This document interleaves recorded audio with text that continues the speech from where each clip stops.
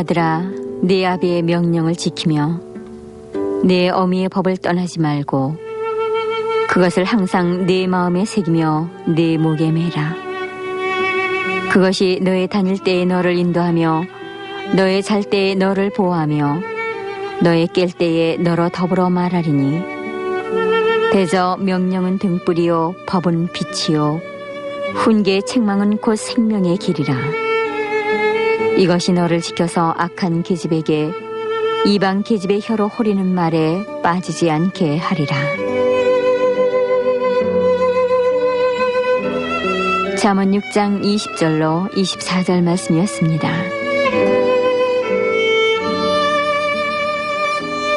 한 남자가 평생을 가파른 산 밑에 있는 방앗간에서 일했습니다. 매일 저녁 길고 고된 하루 일과가 끝나고 나면은 그 남자는 2마일 남짓되는 거리를 오르기 시작했습니다. 올라가는 길에 상당 부분이 가파르고 힘이 들었죠. 때로는 비 때문에 땅이 질척해서 지늘기 신발에 척척 달라붙어 올라가기가 더 힘이 들었고요. 그런데도 그 사람은 매일 밤 하루도 불평을 하지 않았습니다.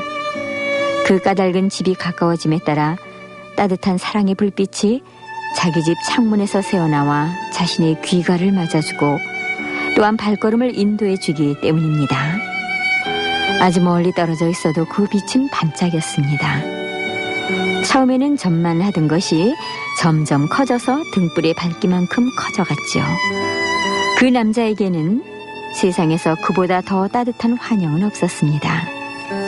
그 남자에게 빛은 곧 가정이었습니다.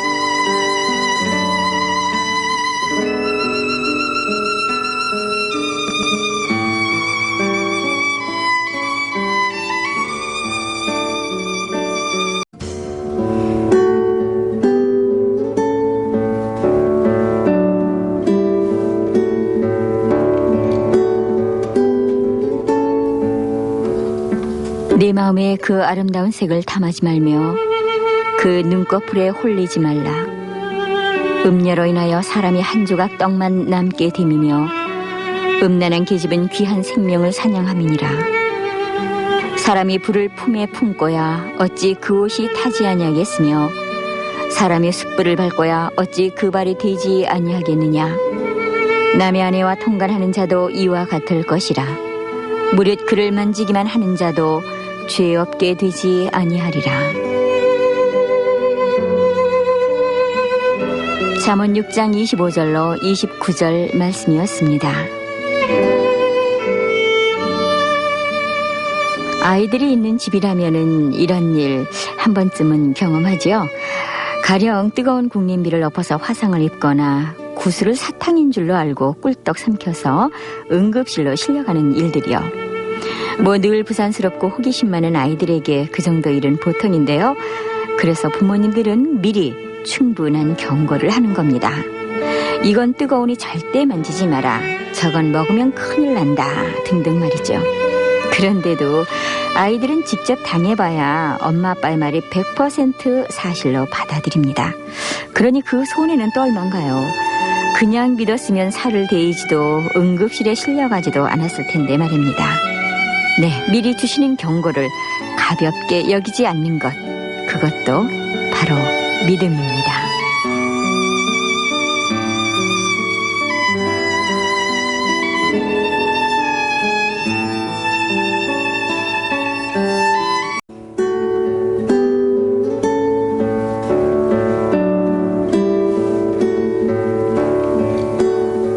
내 아들아, 내 말을 지키며 내 명령을 네게 간직하라.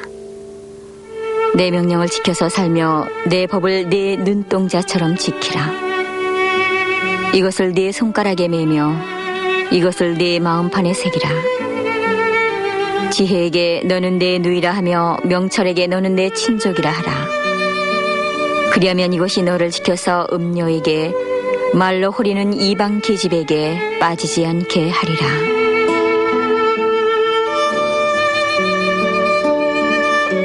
잠언 7장 1절로 5절 말씀이었습니다.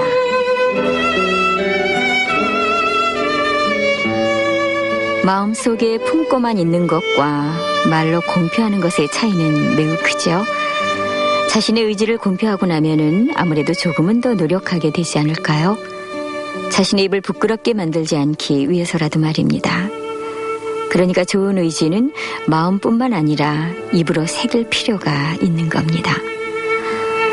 혹시 이 가을에 마음속에 혼자서만 품고 있는 좋은 다짐이 있으십니까? 가령 나는 매일 1시간 이상 기도하겠다.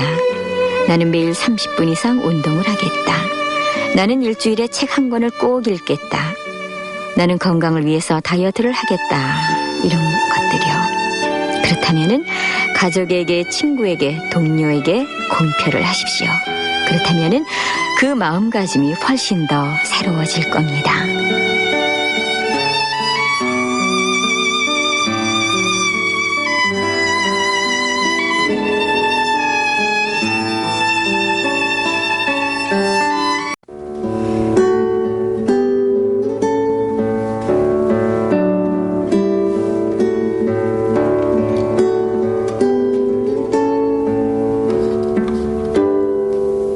지혜가 부르지 아니하느냐, 명철이 소리를 높이지 아니하느냐. 그가 길가의 높은 곳과 사거리에 서며 성문 격과 문 어기와 여러 출입하는 문에서 불러 가로되, 사람들아, 내가 너희를 부르며 내가 인자들에게 소리를 높이노라. 어리석은 자들아, 너희는 명철할지니라.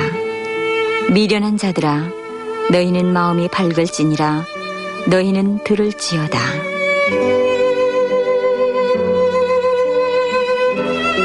잠언 8장 1절로 5절 말씀이었습니다.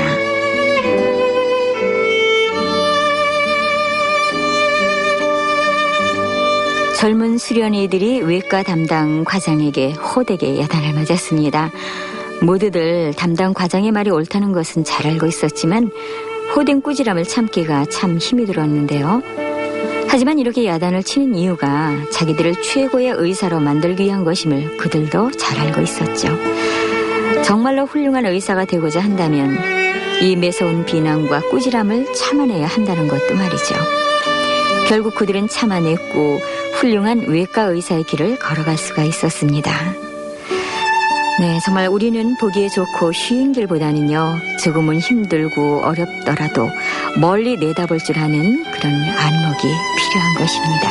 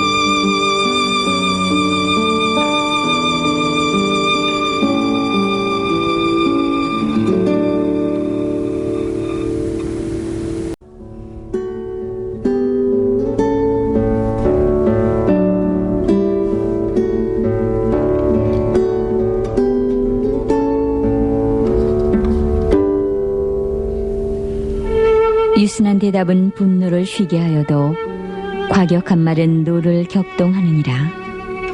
지혜 있는 자의 혀는 지식을 서운히 베풀고 미련한 자의 입은 미련한 것을 쏟느니라. 여호와의 눈은 어디서든지 악인과 선인을 감찰하시느니라. 올량한 혀는 곧 생명나무라도 패려한 혀는 마음을 상하게 하느니라. 아비의 훈계를 업신여기는 자는 미련한 자요 경계를 받는 자는 슬기를 얻을 자니라.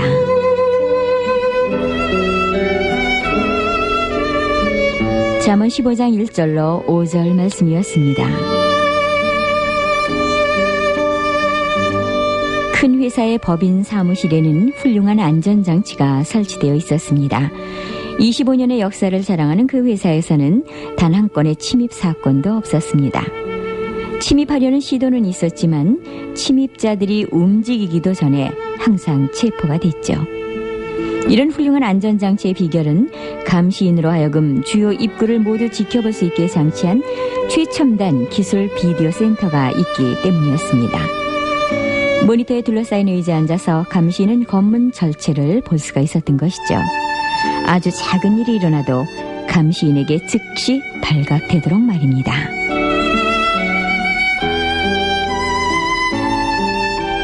바로 하나님께서도 그런 감시인과 같습니다. 하나님께서 알지 못하게 일어나는 일은 없습니다. 아무리 작고 하찮은 행동일지라도 하나님의 눈을 피하지는 못하니까요.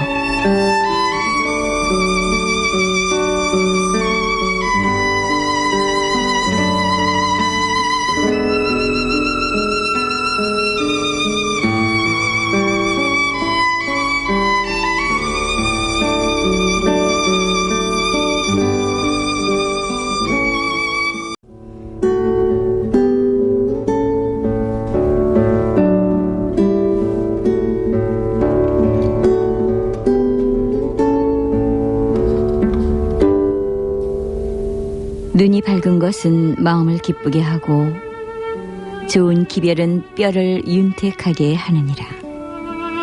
생명의 경계를 듣는 귀는 지혜로운 자 가운데 있느니라. 훈계받기를 싫어하는 자는 자기의 영혼을 경히 여김이라. 견책을 달게 받는 자는 지식을 얻느니라. 여호와를 경외하는 것은 지혜의 훈계라. 겸손은 존귀의 길잡이니라. 잠언 15장 30절로 33절 말씀이었습니다.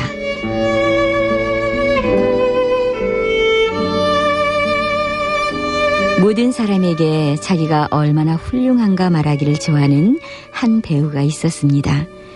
그는 자신의 일을 기억할 만한 물건들로 집을 박물관처럼 꾸몄습니다. 그리고 자신을 격찬하는 평론을 액자로 만들어서는 방마다 걸어두었고요. 선반과 탁자 위에는 상패가 즐비했습니다. 그리고 방문객들이 들를 때마다 커다란 스크린을 갖춘 비디오로 그의 영화를 보여주었지요. 하지만 그가 자신의 업적을 자랑하는 걸 아주 좋아했기 때문에 다른 사람들은 그를 칭찬할 마음이 전혀 생기지 않았습니다. 겸손을 추구해야 할 때 너무나 자주 사람들은 명예를 추구하죠. 하지만 명예는 우리가 스스로 추구해야 하는 것이 아닙니다. 그것은 다른 사람들이 우리에게 주는 선물인 것입니다. 만일 우리가 하나님께서 우리에게 하라고 하신 일들을 하는데 시간을 사용한다면 우리가 우리의 성취에 대해서 자랑할 시간이 과연 남아있을까요?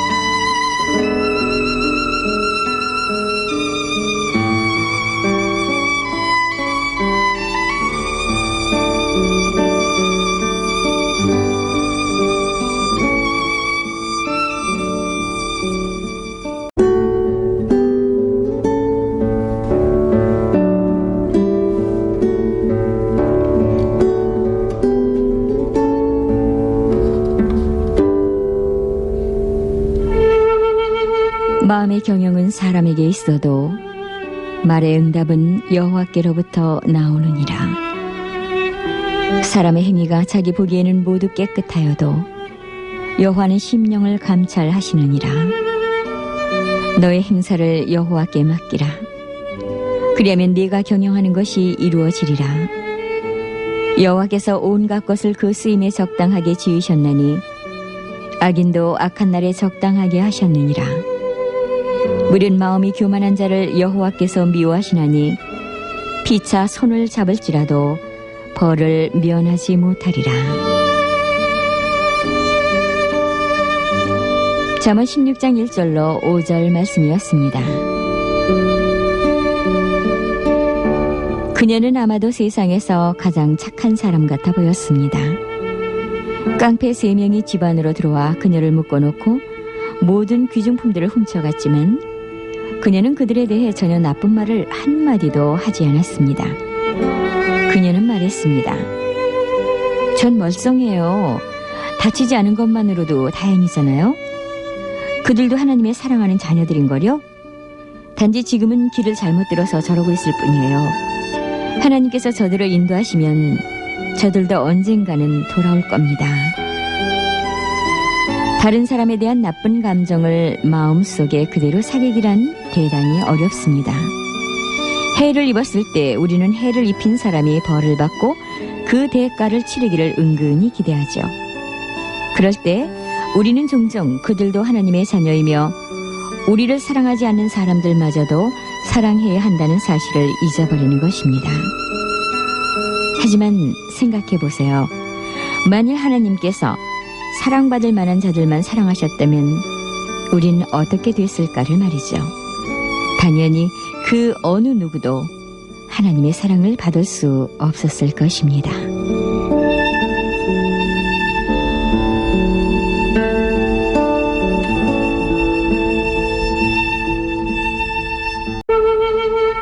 공평한 저울과 접시 저울은 여호와의 것이요 주머니 속의 저울추도 다 그가 지으신 것이니라. 악을 행하는 것은 왕들이 미워할 바니 이는 그 보좌가 공의로 말미암아 굳게 섬이니라. 의로운 입술은 왕들이 기뻐하는 것이요 정직하게 말하는 자는 그들의 사랑을 입느니라. 왕의 진노는 죽음의 사자들과 같아도 지혜로운 사람은 그것을 쉬게 하리라. 왕의 희색은 생명을 뜻하나니 그의 은택이 늦은 비를 내리는 구름과 같으니라. 잠언 16장 11절로 15절 말씀이었습니다. 파종이 모두 끝났습니다. 땅을 고르고 씨를 심고 비료를 뿌렸죠. 이제 남은 것은 기다리는 일뿐이었습니다. 곧 비가 내리면 모든 것이 잘 되겠지만 1, 2주 내에 내리지 않으면 작물에 큰 피해가 있을 것입니다. 이른 봄비는 중요했습니다. 단비는 성공이냐 파산이냐를 결정하기 때문이죠. 하늘 높이 뭉게뭉게 구름이 떠오르면서 검은 구름으로 뒤덮였습니다. 멀리서 들리는 천둥 소리를 듣고 농부는 깊은 안도의 숨을 내쉬었죠. 우리의 최후의 운명이 또 다른 사람의 손에 달려있다는 사실을 받아들이는 일은 참 어렵습니다. 설령 하나님처럼 크신 분이라 할지라도 말이죠. 하지만 농부가 비가 내릴 첫 징조에 안심하는 것처럼 우리는 우리의 운명이 이미 어린 양 예수 그리스도의 피로 인침받았다는 사실로 안심할 수 있습니다. 하나님의 사랑이 우리를 구원하였다는 사실과 우리의 장래가 그의 은혜로 결정되었다는 사실을 아는 것보다 더 기쁜 일은 있을 수 없습니다.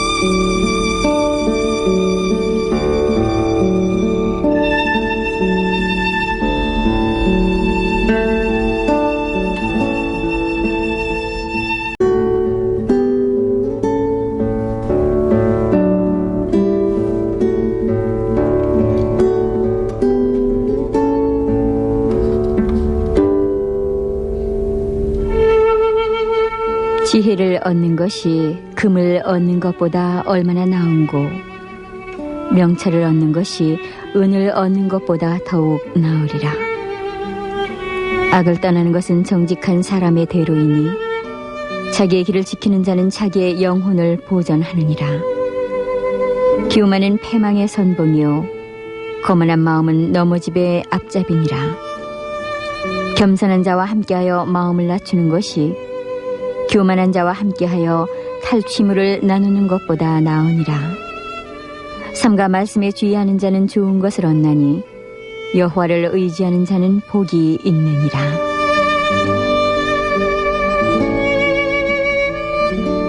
잠언 16장 16절로 20절 말씀이었습니다. 여선생님 한 분이 어려운 상황을 잘 해결하는 능력 때문에 큰 존경을 받았습니다. 아이들은 절대로 선생님이 힘들게 하지 않는 것 같았고요. 그리고 설령 아이들이 정도를 벗어나더라도 선생님은 문제를 빠르고 확실하게 해결했습니다. 아이들 대부분이 선생님을 사랑했고 학부형들은 선생님이 훌륭하다고 생각했습니다. 그 선생님의 학급은 상장을 받았고 아이들은 많은 약속을 했습니다. 그 여선생님은 자기가 가르치는 학생들에게서 가장 좋은 것을 끌어내는 법을 알고 있었습니다. 아이들을 다루는 능력에 대한 질문을 받으면 그녀는 이렇게 대답했습니다. 네, 각각의 아이들을 위해서 기도하죠. 상황을 해결하는 가장 좋은 방법을 늘 아는 건 아니에요. 하지만 하나님께서는 아시죠. 그리고 하나님과 제가 함께 일하기 때문에 잘못할 리가 없죠. 전 하나님이 아이들을 위해서 가장 좋은 일을 하도록 절 인도하신다는 걸 알아요. 진심으로요.